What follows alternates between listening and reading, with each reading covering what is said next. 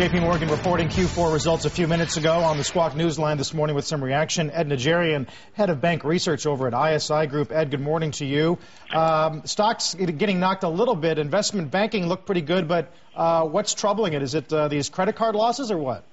Well, no, I think you have certainly a bottom line number that beat consensus. So, they earned 75 cents. Consensus was around 60. We were at 60. But it looked like a little bit light on revenue. Fixed income trading was a little bit lower than expectations. We knew that was probably going to happen because the month of December was so weak. And the net interest income number was a little bit lower than expectations. So I would say those were the two pieces of negative news on the revenue side. Investment banking, though, was better, and credit trends were very good. So I would say, some pretty significant positive offsets. And then they were able to reduce incentive comp fairly significantly in the fourth quarter because they had such a significant accrual throughout the first 3 quarters of the year. And that was what really drove the bottom line EPS beat. Yeah. What are you seeing? Delve into the credit trends really quickly. Have they made any comments on delinquencies? We already know about some of the additional loan loss reserves on the consumer side.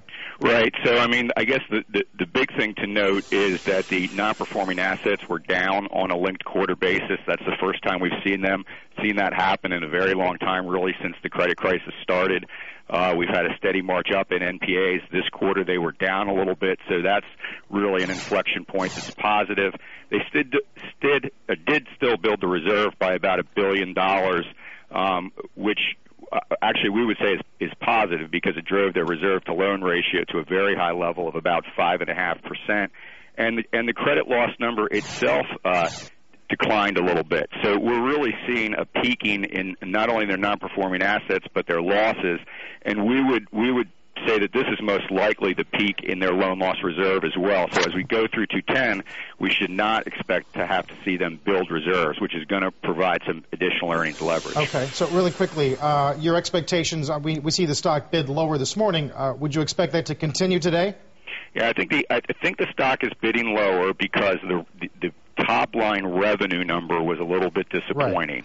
And that's really mostly being driven by a somewhat disappointing fixed income trading number. I think once people parse through the numbers, though, and realize that credit is certainly stabilizing and that there's going to be some fairly significant earnings leverage from lower loan loss provisions, and I think once we hear JPMorgan on the conference call say that they're off to a good start this year on trading, that yes, I would expect the stock to come back through the day. Hey, Ed, real quickly, that TARP tax that's out there, there are some estimates that the bank could pay as much as $2 billion. What would that mean to the bottom line in terms of profits? Right. Well, excuse me, obviously the TARP tax, you're right, that should be about $2 billion. It's going to depend what they're able to offset. So we estimate that's really only going to be about a 3% hit to earnings because we would anticipate that all of the investment banks, remember the bulge bracket investment banks are really absorbing the bulk of this TARP tax. We think that's going to be somewhat offset by a little bit lower incentive compensation once that tax comes into play. So it'll certainly have a little bit of a depressing factor on earnings, but again, we're calculating only about 3%, maybe 4%. Ed, thank you very much for joining us. We appreciate your time. Okay, sure thing. Thank you.